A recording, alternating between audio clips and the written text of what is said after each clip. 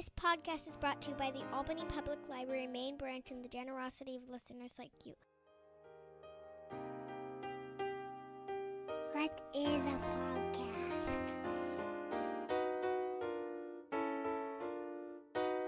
God, Daddy, these people talk as much as you do.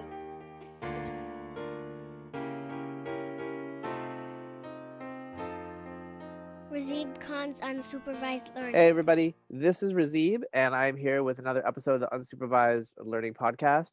I have a very special guest, Dr. Favereau. So she wrote a book called The Horde. It's the subtitle is How the Mongols Changed the World, and I do have a question about that. But I wrote a review for UnHerd. You guys can Google it if you want. It's a really good, great book. It's out in the United States right now. And I want to talk about it as we're going through. But actually, before you introduce yourself, Mary, with your affiliations, when you're saying the horde, can you clarify for the listener who might not know what you're explicitly referring to, what you're talking about there? Yes, of course. So first of all, hi everybody. So I work on the Mongol Empire, and more precisely on the western part of the Mongol Empire, which we call the Horde or the Golden Horde. It covered mostly what is Russia today and a part of Kazakhstan, so part of Central Asia, and a part of the Caucasus, and a part of Eastern Europe.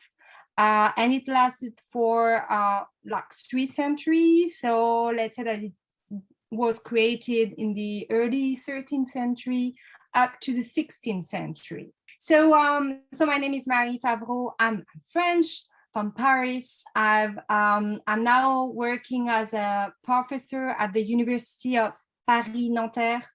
But before that, I traveled and worked in many places, starting with Egypt. I spent 4 years in the Institute of Archaeology of Cairo.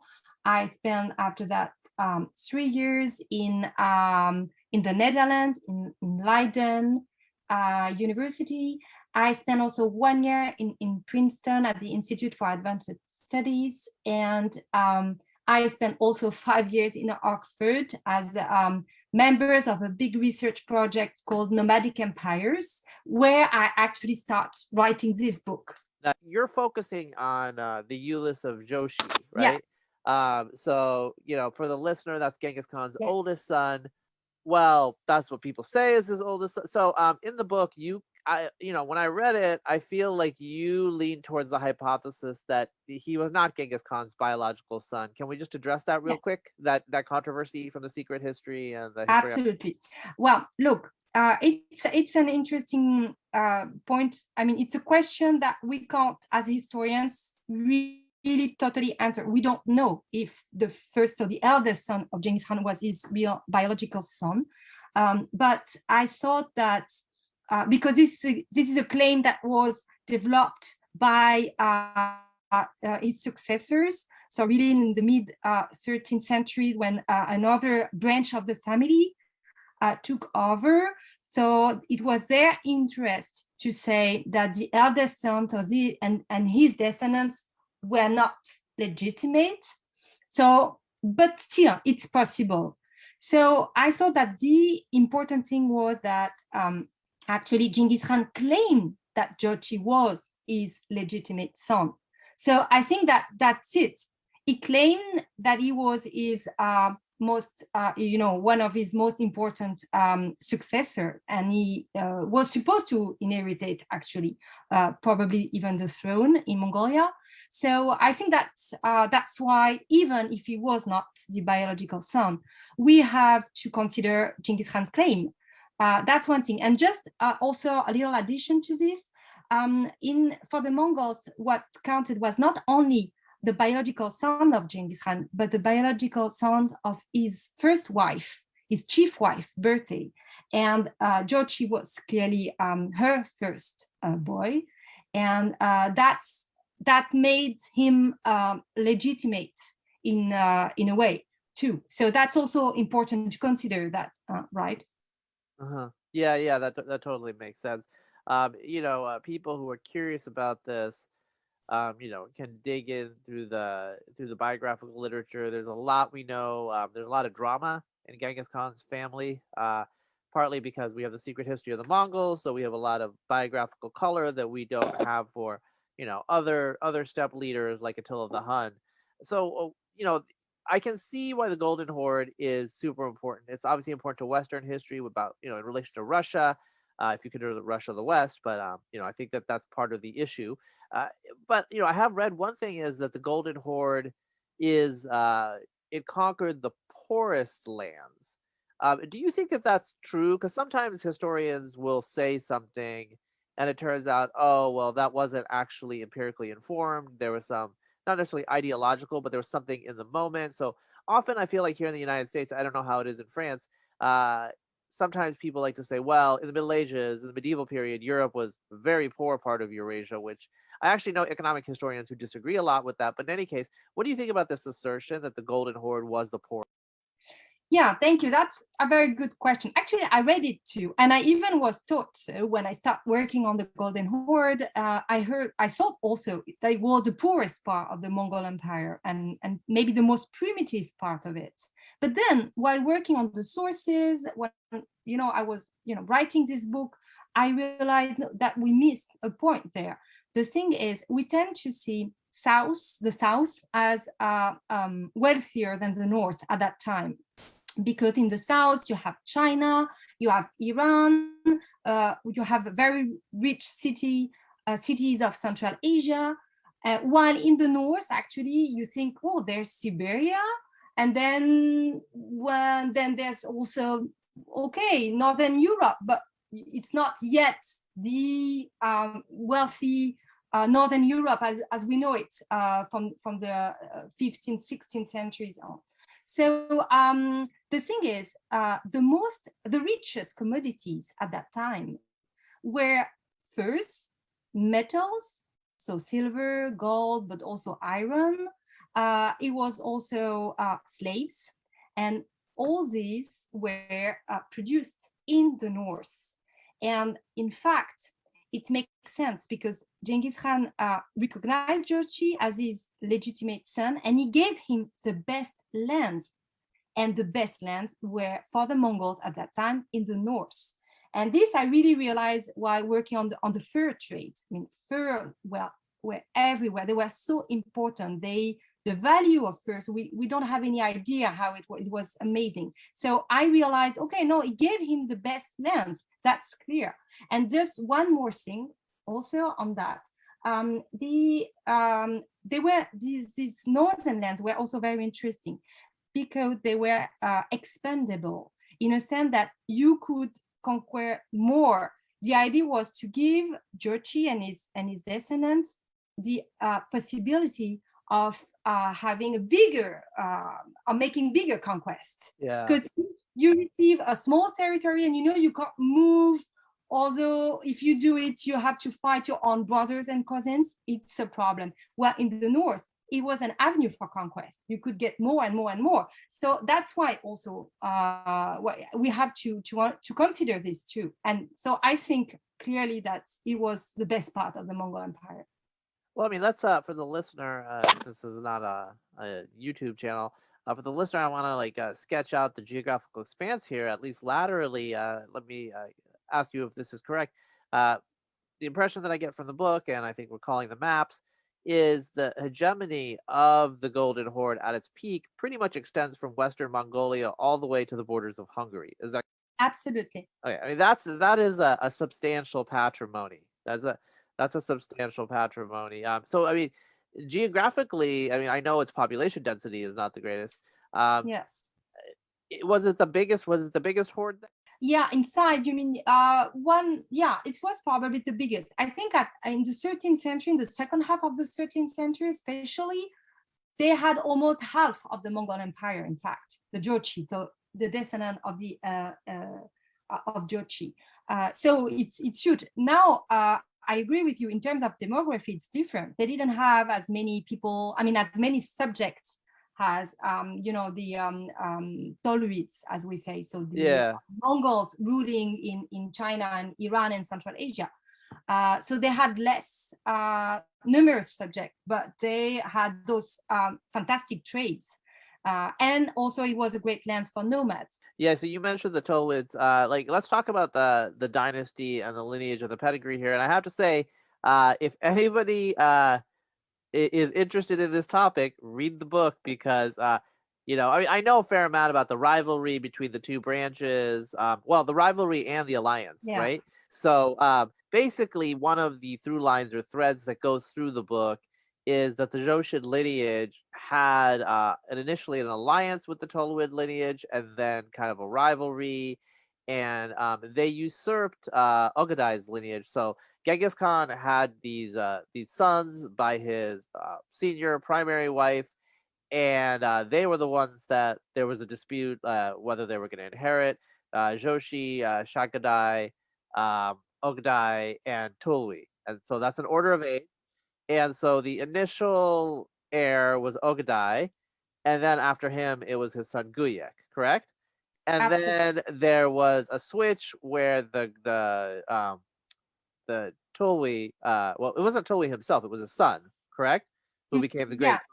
great Khan of Yeah. all the Mongols. And so, okay, so there's a switch in the lineage, and part of this happened due to machinations of the lineage of Jochi, his son Batu. So can you talk about that a little and how that influenced the overall frame of your book? Because it does go through this rivalry and how the Tulwids kind of like put themselves in a position to be the preeminent lineage, and how the Yeah. Joshids kind of ended up chafing at that. Yeah, well, let's say that usually when you have books on the Mongol Empire, those books focused on the Tolerids. So the one who took over from who had the power and the throne from the second half of the 13th century until the end. So because they look like they are the successors of Genghis Khan, they ruled China and a great part of Central Asia and Iran. So it's a very impressive legacy. It's a very impressive part of the Mongol Empire. But I thought that focusing on the Jochin would give us something else and would help us to understand much more of the Mongol Empire, actually. So you can consider that this empire is separated in between two lineages. One, the Tolrid, have the south of it. And the other one, the Jochid, had the north of the empire. And each of them developed trade routes, for instance. They developed trade connections with the rest of the world. And they are in competition, but yet they are still part of the same big empire. That's in a way the trickiest part, but we really need to understand that even if they are in competition, they still consider themselves as part of the same order, Genghis Khan's order, right? So it's the same kind of empire, but there's this competition, and this will trigger also the economic development of the empire, this competition. So that's interesting because we tend to think that peace would bring wealth or economic development, and in this case there's this competition between two lineages that would bring economic development and cultural development too.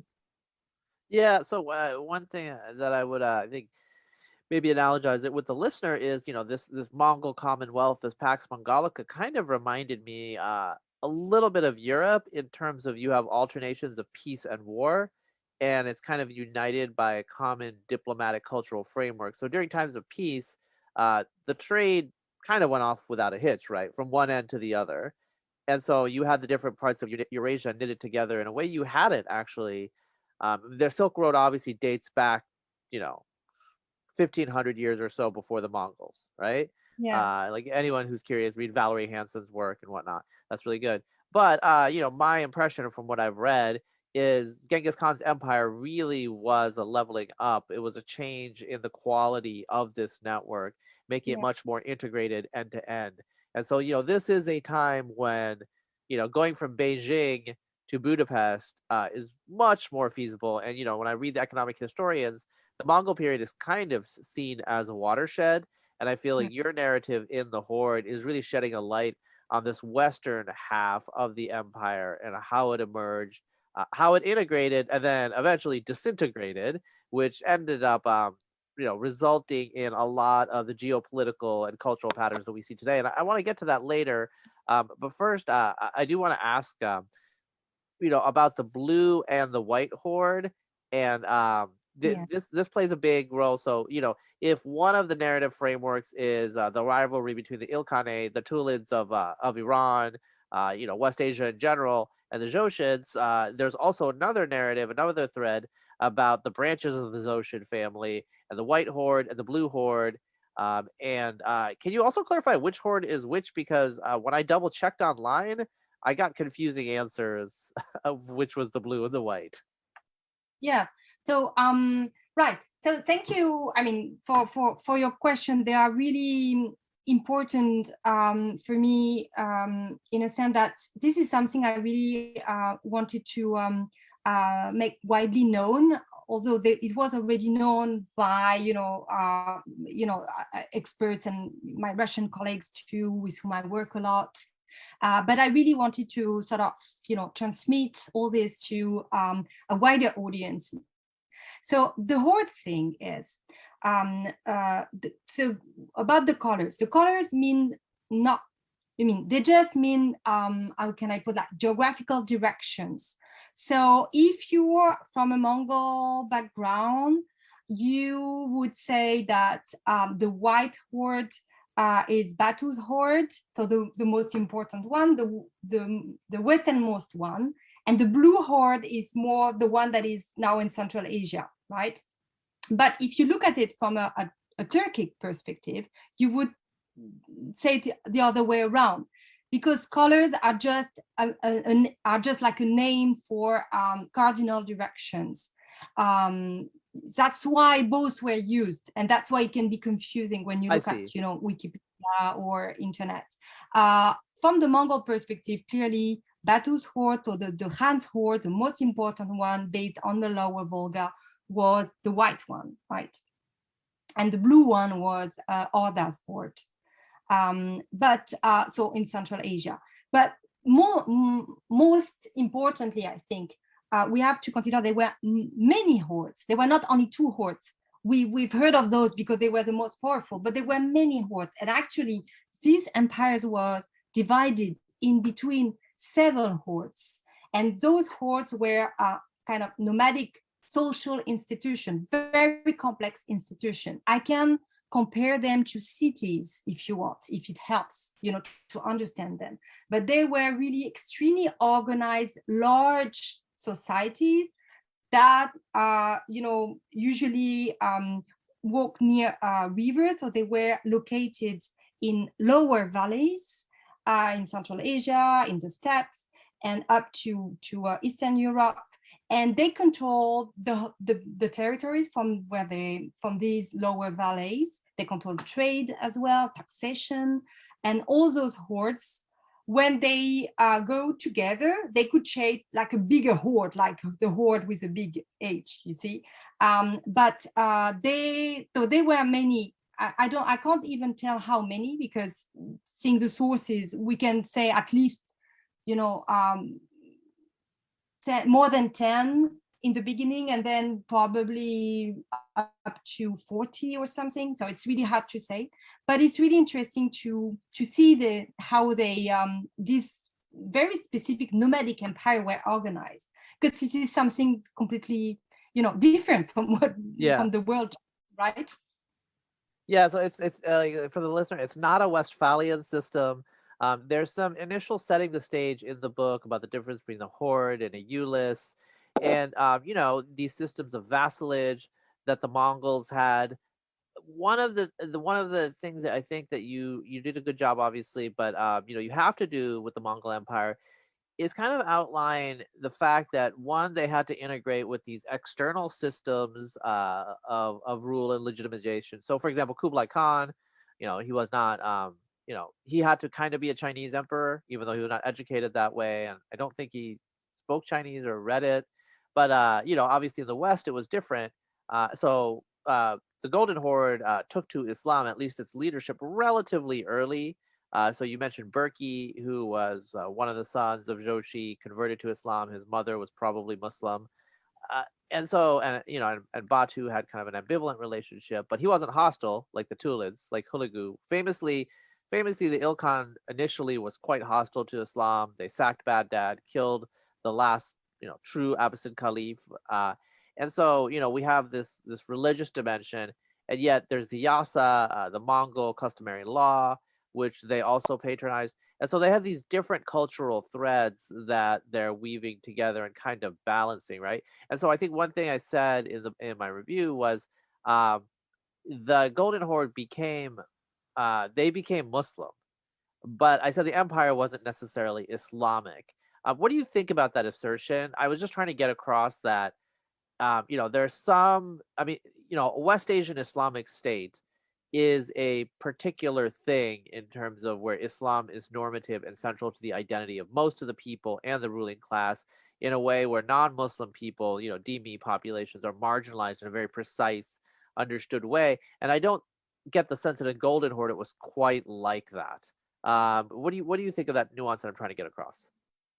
Yeah, no, thank you. I also really appreciated this part of your review. I completely agree with you. I think that's the way the Golden Horde Khans were Muslim is extremely interesting. In fact, they were the first to convert. So Berkey, clearly in the 1250s, was already Muslim. Yes, he had his mother was a Khorezmian princess, probably, but I guess that the most important reason for him to convert was the geopolitical situation of the horde at that time, and the fact that he was building what would be a long-term, very long-term alliance with the Mamluks in so Egypt, and then in Egypt and Syria. And he had this idea of developing a huge political network and make all those connections with the different Muslim rulers. But the state itself, so the horde, if you consider it as a state, was not Muslim, in the sense that it was multi-religious and it was up to the end multi-religious. So I think that we have to understand that the Mongols remain open to different religions because they decided to build some sort of contract with the elites of these religions. So the priests, the clergies, whether they're Christian, Jewish, Buddhist, or Muslim, they had sort of contract with the Khan. So they would respect the Khan, they would pray for him and for his family.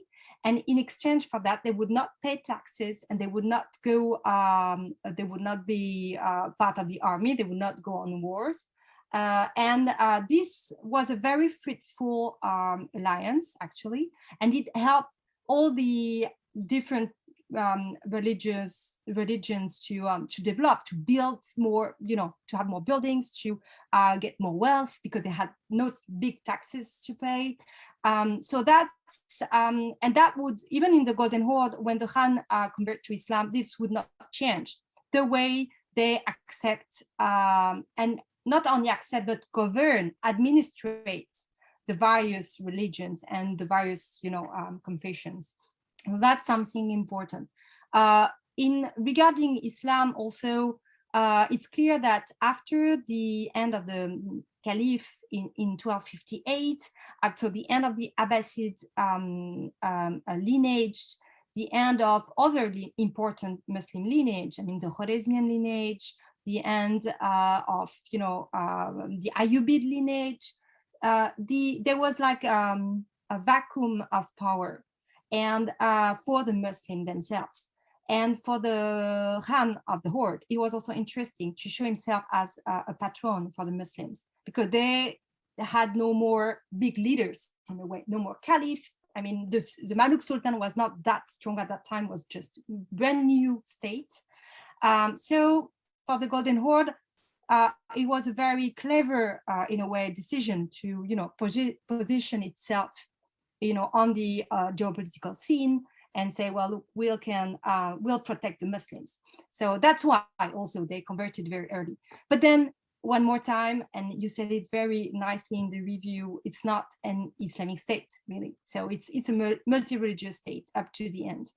But I mean, it's not an Islamic state. Majority of the inhabitants probably, I don't know, you could talk about the demographics and if there was a census and approximation, we're probably not Muslim. They're probably Orthodox Christian, just looking at the numbers of pastoralists versus farmers traditionally.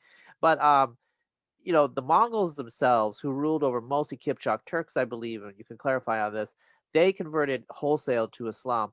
And so Islam became their religion.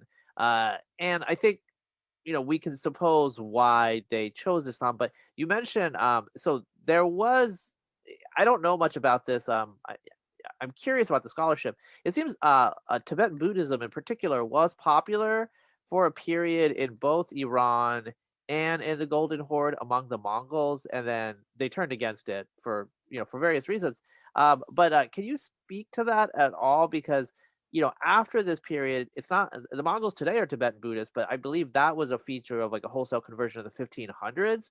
So were the Mongols kind of experimenting in a way with which religion they would patronize and adhere to?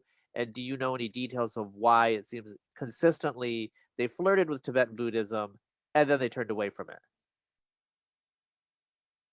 Yeah, well, they also flirted with Christianity, actually. So they were all the princesses, not all of them, but most of the princesses in the Golden Horde were Christians. So for long. And we have a lot of information on Christian in the Golden Horde, even in the Mongol elite family.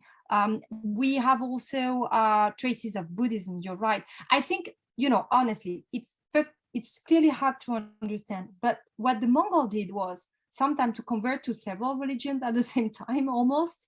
Especially we have cases of elite members, like Mongol princes, who seem to be at the same time Muslim, Christian, and probably Buddhist. And all of them, even the one who converted to Islam anyway, maintain shamanism and step rituals. We call it Tengrism, but they had these beliefs of the sky and the old belief of the nomadic people, and this was maintained. It didn't for the Mongols. The Mongol absorbed cultural things, they absorb religions, they combine things, and they are really amazing for that. It's maybe it's something that belongs to the nomads. It's still something we have to work on. But anyway, they absorb. So for them, even when they convert to Islam, it doesn't mean that they would abandon other beliefs or other rituals. They would, combine things. And that's really also an imperial way of governing. The fact that there's a plurality, that you absorb different kind of people, different type of subjects. You don't force people to be just, one. Yeah. In a way. So yeah. Now, of course, when we look at the map, especially in the 15th century, you see that there were more Buddhists in the east and more Muslim in the west. If you look at the map of the post-Mongol Empire territories, because of the subject, also because of the past history of those regions. That's true. But yet, we still, when we work on burials, archaeologists can tell you, there are still a lot of mix. Yeah. So I think in finance it's called portfolio diversity. Whatever, diversify your portfolio, hedge yourself from risk. And they discovered Pascal's wager long before Pascal. That's what it sounds like. So now I want to pivot. I want to ask you about Russia, because I think from a Western perspective, we know the Golden Horde, Tottery, through kind of the Russian lens, the Russian historiography. And this is your book is kind of different, partly because you don't necessarily take that lens initially, although I think you can't ignore it as part of the story because it's such a big deal. You mentioned offhand. Not offhand, but you mentioned the Russians, the princes of Moscow, the Mongols viewed them as very good vassals. Obviously, they retained their religion. They seem to have intermarried with the Mongol elite lineage, which that's probably a pretty good indication of trust. Can you talk about like why they trusted the Russian princes so much? I mean, at least the princes of Mongol. Yeah, well, the thing is, the Russians were used to nomads. For the Russians, well, I say Russian. Of course, it's like, there were different principalities, there were different cultures between Novgorod and Kiev. It's different, but let's say that they all knew about nomad. They knew them. They were already before that intermarriage, and they were close to the Kipchak or to the Kuman. So the Russian knew how to deal with nomads, and they were quite astonishingly early on able to develop fruitful political relationship with them. They understood that in the horde, the people would not, the Mongols would not directly administrate the Russian principalities. They would send envoys there, but they would not stay there. They would not colonize the northern Russia. It was not the idea. So they, of course, the Khan and the Mongol elite would ask the Russian princes to come and visit them at the hordes, at the camp, on the lower Volga especially, and they would sometimes ask them to stay for very long, sometimes for more than a year, sometimes for 2 years. But what I argue in my book is that they knew each other at some point really well. I think much more than we thought before. And a lot of Russian sources were actually written or rewritten later, like in the 15th century, 16th century. So it's hard to get the full picture, to get all the detail of this relationship. But the Russian benefited a lot from this connection with the Mongols, because the Mongols, in a way, integrated the principalities into the big Islamic network in Central Asia, so into the big trade networks that went up to China. And that was, I think that clearly many Russian princes, especially in Moscow, understood that that was also a fruitful relationship in that sense. It doesn't mean that it was easy, and it doesn't mean that there were no fights. There were absolutely fights, and I really, make it clear in the book. But still, it was at the end, I think, a fruitful relationship, politically speaking, and it's a bit sad because culturally now. Sometimes it's, I mean, even in the historiography, it's not very clear how important this Mongol legacy was and still is for Russia. But I think there will be more work in the future, and it will, especially in the 16th and 17th centuries, and it will appear that those connections were strong and were more fruitful than we once thought. Yeah, so I mean, one of the assertions that I often make is that, in Russian historiography, in the early modern period, there's this debate between the Westernizers and the Slavophiles, kind of the East and the West, and whether the Russia is part of Western civilization, and what does Orthodoxy and all these things and Third Rome have to do with it. But it strikes me that Kievan Rus, was facing the West. So we have Anne of Kiev, who was, a Russian princess in the 11th century, who was the father of the King of France, or not the father, the mother. Sorry, don't want to misgender. So she's marrying into the Capetian royal household, and I mean, I don't know the history that well, but I mean, this sort of stuff happened back then. I mean, there are Russians whose mother's Swedish, and there's a connection to Sweden, Russian princes and whatnot. But it seems that the shift, with the relationship with the Golden Horde, you kind of like face east, you pivot east, you go from a focus on, say Novgorod or Kiev in the western part of European Russia to Moscow, which is kind of in the center east. So, do you think that this relationship with the Golden Horde kind of pivoted Russian culture, Russian Orthodox culture, further towards the east? Well, yeah, that's I agree. I mean, in a sense that, of course, the Mongols were the leaders of Eurasia, and Eurasia was like the world for them at that time, even for the Russians. So the masters of the world were the Mongols. So of course they were attractive in that sense, for many reasons. But at the same time, if you look at Western Europe, Eastern Europe, all these regions were very well integrated into the Mongol trade networks. That's also something that I show in the book. The fact that the Germans, I mean, I discovered that in my sources, the Germans were everywhere in the horde. They were very important. And the Mongols forced the Novgorodians and the Russians to work, to accept, let's say, the German traders they saw, as enemies or competitors before. I also discovered that the connection, so the Mongols, in a way, supported the development of the what we call the Hanseatic League. There were a lot of connection with the Baltic area too. So, in fact, when I work on this part of the Mongol Empire, I don't see this I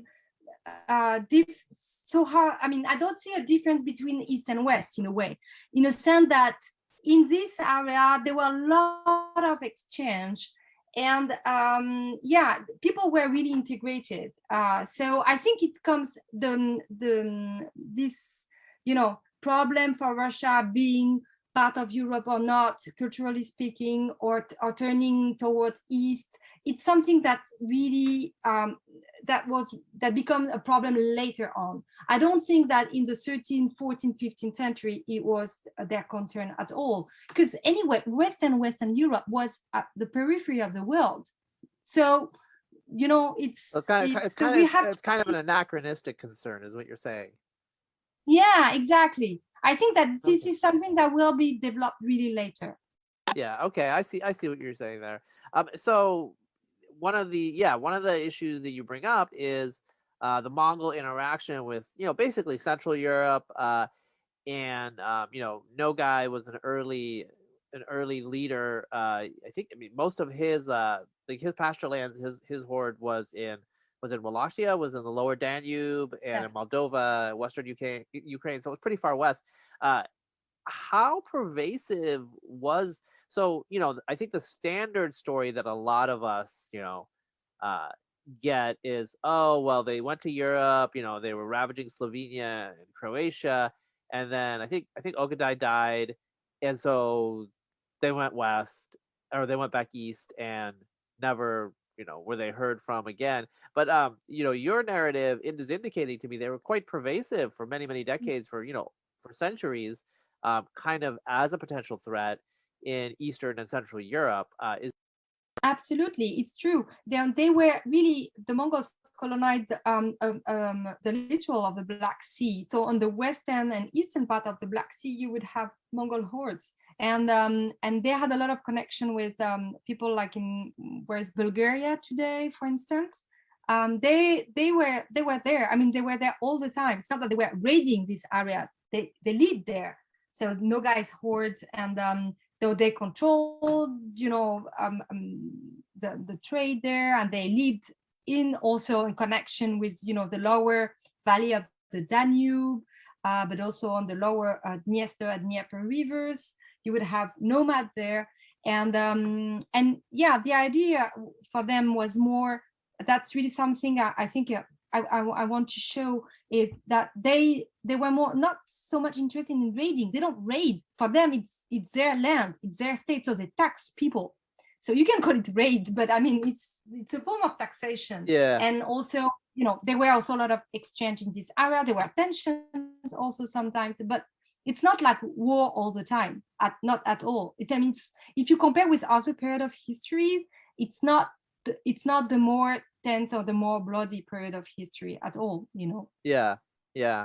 I want to mention as an aside, I think you imply this, but I was wondering, what is the role of Nogai's horde in the origins of modern Romania? Because I think you seem to indicate that they, the horde helped carve out Wallachia.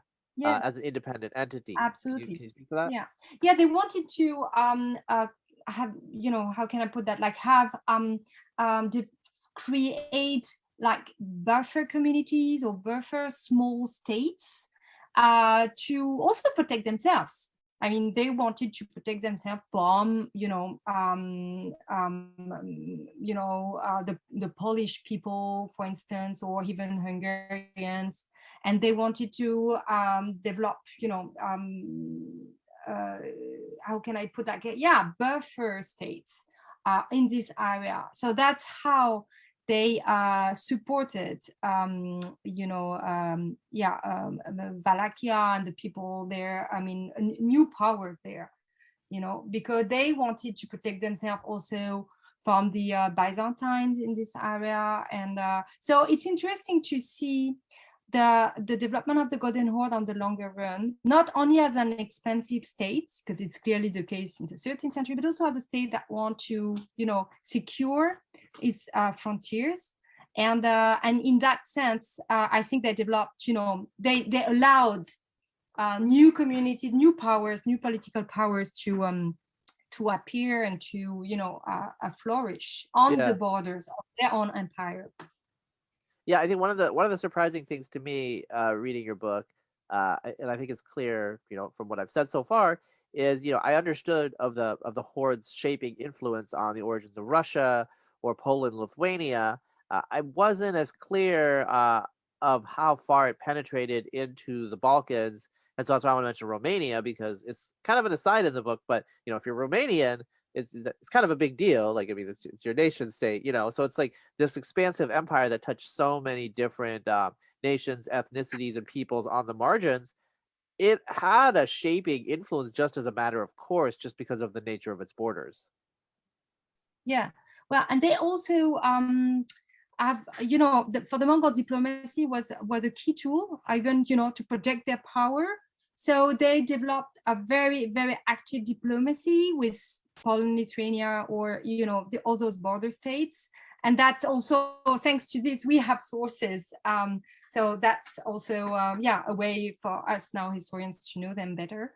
And but diplomacy was really a key tool. So they would exchange envoys, they would exchange letters, they would exchange gifts, and then they would really construct their relationship to others, actually.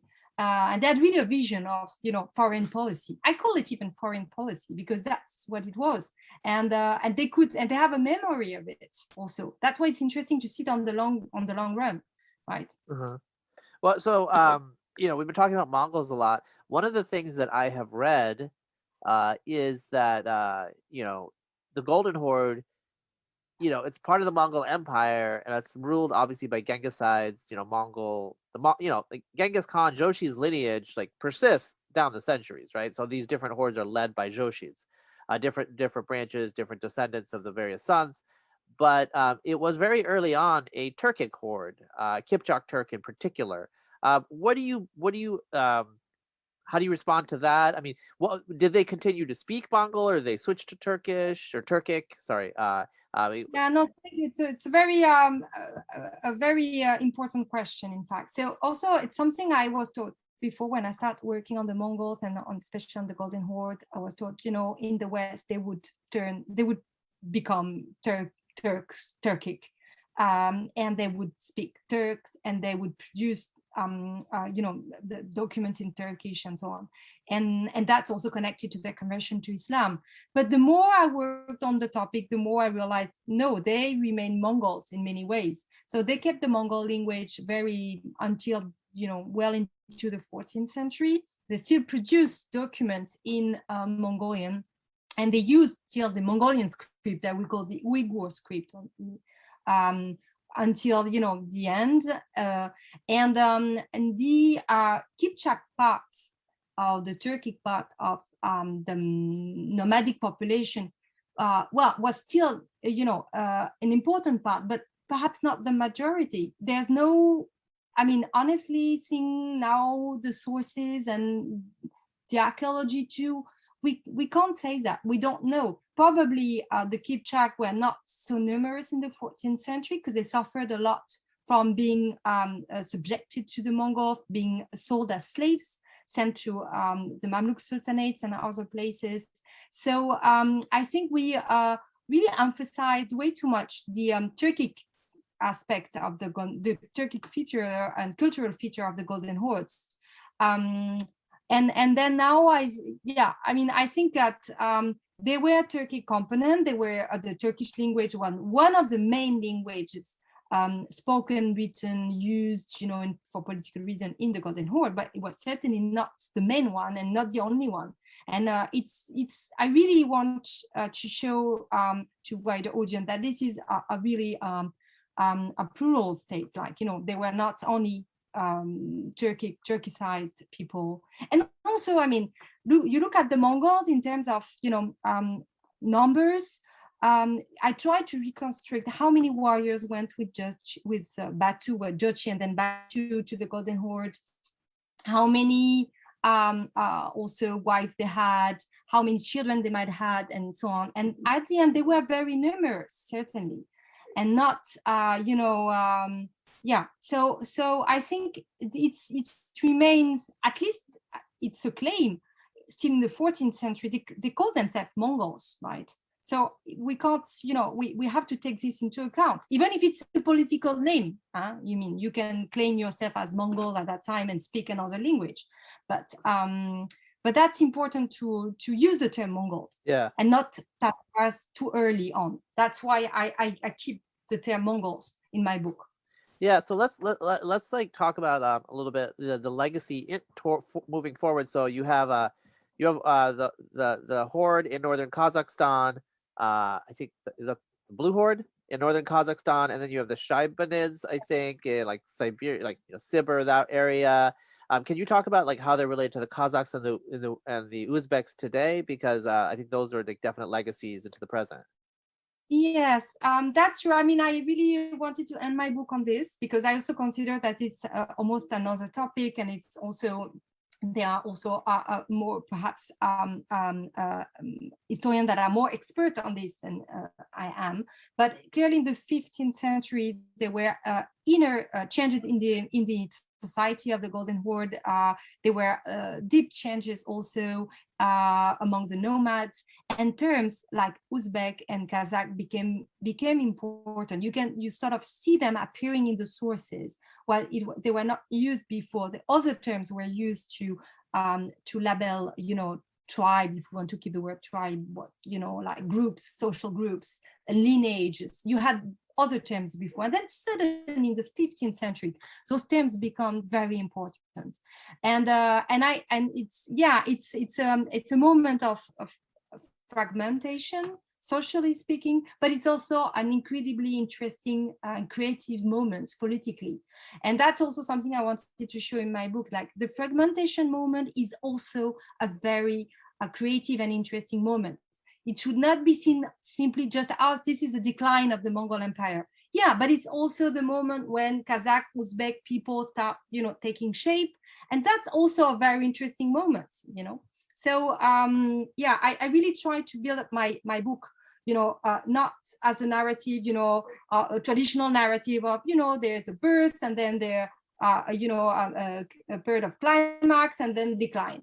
No, I think a political regime and a huge society and a huge empire, how can I put like different moments, and then they are all interesting, and then it depends of your point of view in a way. But if you think about the point of view of, of the Kazakh or Uzbek, this 15th century is amazing period. Yeah, one of the things with what you're writing about your topic. So, many years ago, I read, very, very long work on, the history of Japan from, say, Oda Nobunaga in the 16th century down to the modern era. And when you think about Japan, Japan is on an island, and the international contacts are kind of interludes, and it kind of developed endogenously.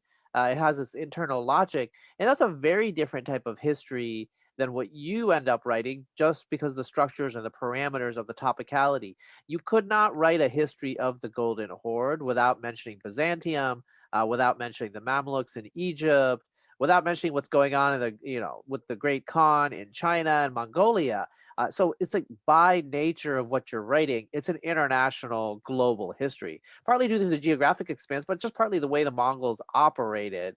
They're not, like, I mean, you spent some time like setting like what is a horde, what is a ulyss, like these various terms, because it's harder to understand from our post-Westphalian perspective how the Mongols viewed the world, because it was somewhat different. One of the things that happens whenever I like review a book on the Mongols is my last name's Khan, and obviously I'm not a Mongol myself, but people are like, is this like a conflict of interest? But it just shows that, in the Indian subcontinent, people who are Muslim, some of them took the title Khan, which is not a Muslim title, but it's become associated with Islam, despite the fact that, like, in the book, you talk about what what the Mongols did to the world of Islam, which was, I mean, it's hard to like sugarcoat it. It was pretty harsh, and yet they still left this productive legacy in the end with the titles, and it just shows that it's a bit more complex than the initial contact. Can we close out with, I know some of your work has been on Mamluk Egypt.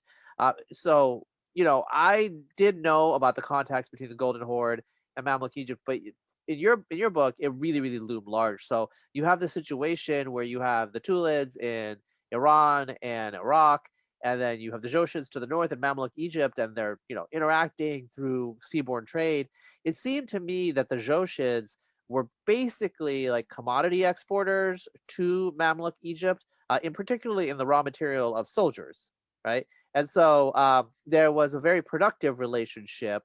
And, Egypt is obviously, it became, after the fall of Baghdad, it became the core, the heart of the Arab world.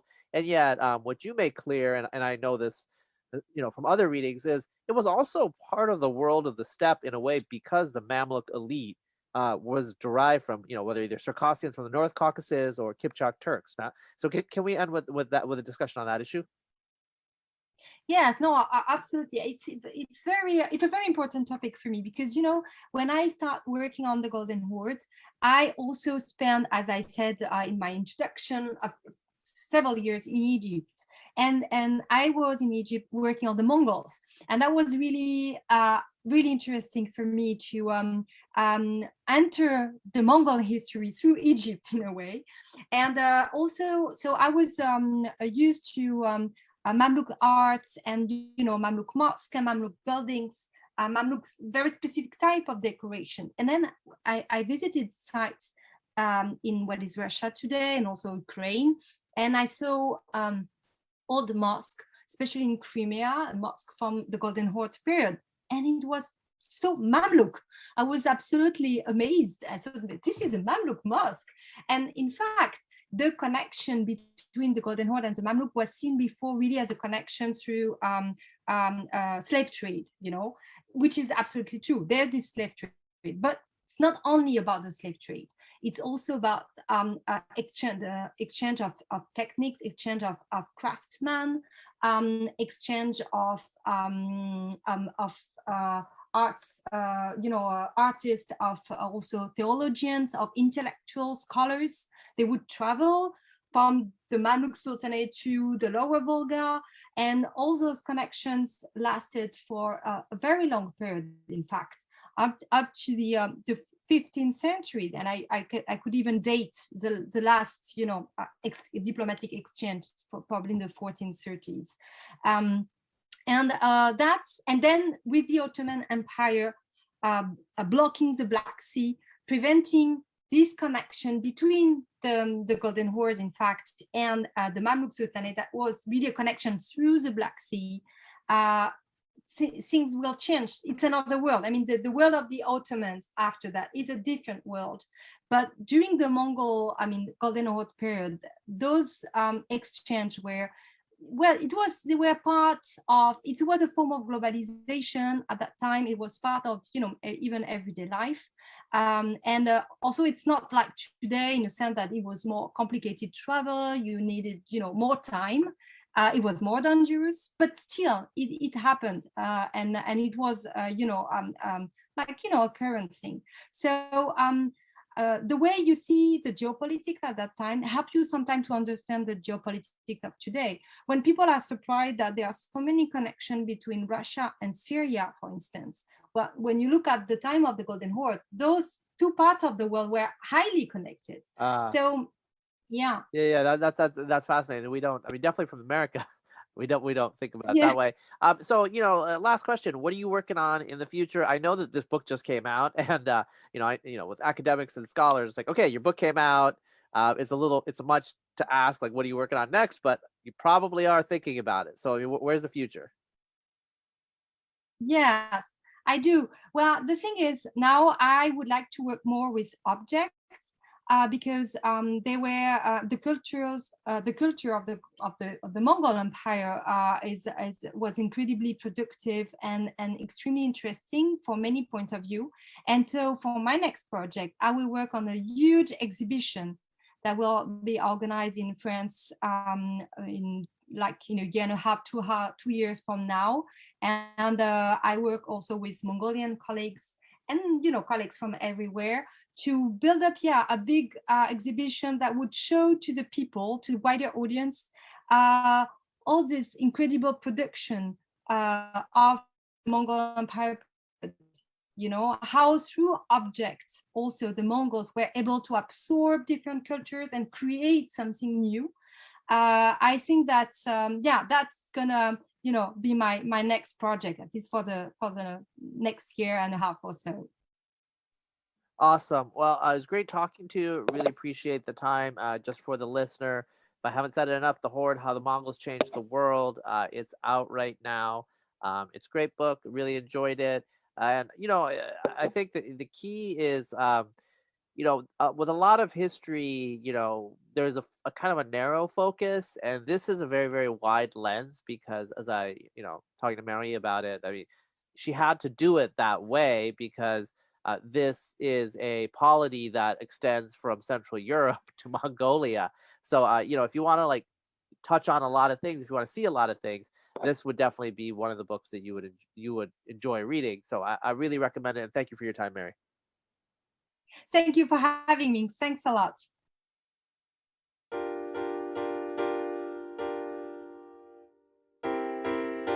This podcast for kids.